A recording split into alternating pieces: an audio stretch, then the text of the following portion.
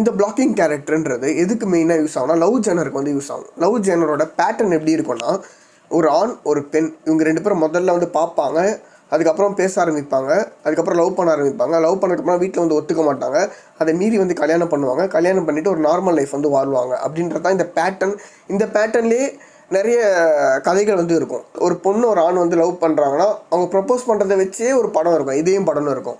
அவங்க ப்ரப்போஸ் பண்ணதுக்கப்புறமா அவங்க கல்யாணம் பண்ணிவிட்டு வாழலான்னு நினைக்கும் போது அது வாழ முடியாது, அது வந்து காதல் படம். ஸோ இந்த மாதிரி இந்த லவ் பேட்டர்னுக்குள்ளேயே நிறைய கதைகள் வந்து இருக்குது. இந்த லவ் பேட்டர்னுக்குள்ளே தான் வர ஒரு கேரக்டர் தான் பிளாக்கிங் கேரக்டர்னு சொல்கிறாங்க. இந்த பிளாக்கிங் கேரக்டர்னா என்னென்னா, ஒரு ஆண் ஒரு பெண் இவங்க 2 பேரும் வந்து லவ் பண்ணுறாங்க. இவங்க கல்யாணம் பண்ணிக்கலாம்னு மூவ் ஆகும்போது இன்னொரு கேரக்டர் வந்து நுழைவார். அதாவது இந்த பெண்ணோட அம்மா அப்பா அவங்க வீட்டில் இருக்காங்க பார்த்து அவங்க என்ன யோசிப்பாங்கன்னா, உனக்கு ஒரு நான் பையன் பார்த்துருக்கேன், அந்த பையன் தான் நீ கல்யாணம் பண்ணிக்கணும்னு சொல்லுவாங்க. அந்த மாதிரி இன்னொரு கேரக்டர் வந்து நுழையாரு பார்த்தீங்களா, அதான் பிளாக்கிங் கேரக்டர். உங்களுக்கு ஈஸியாக எக்ஸாம்பிளோட புரியணும்னு வச்சுக்கோங்க.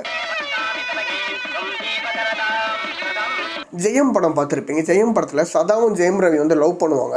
லவ் பண்ணும்போது அவங்க வீட்டில் சதாவோட வீட்டில் வந்து வேற ஒரு மாப்பிளையை வந்து பார்த்துருப்பாங்க. இதான் பிளாக்கிங் கேரக்டர். வேற ஒரு மாப்பிள்ளை உள்ள நுழையிறாரு பார்த்தீங்களா, உள்ள நுழைஞ்சி இவங்களோட லவ்வை வந்து பிளாக் பண்ணுறாரு. லவ் ஜெனரில் வந்து அதிகமாக வந்து யூஸ் ஆகும். அப்படி நீங்கள் யூஸ் பண்ணலைன்னா கூட அதை யூஸ் பண்ணுறதுக்கு ட்ரை பண்ணுங்கள். எங்கேயாச்சும் ஒரு இடத்துல யூஸ் பண்ணலாமான்னு யோசிங்க. ஏதாச்சும் ஒரு குட்டி கேரக்டர் இருந்தால் கூட இந்த பிளாக்கிங் கேரக்டர் வந்து ஏதாவது ஒரு இடத்துல வந்து யூஸ் பண்ணுங்கள், ரொம்ப அழகாக இருக்கும்.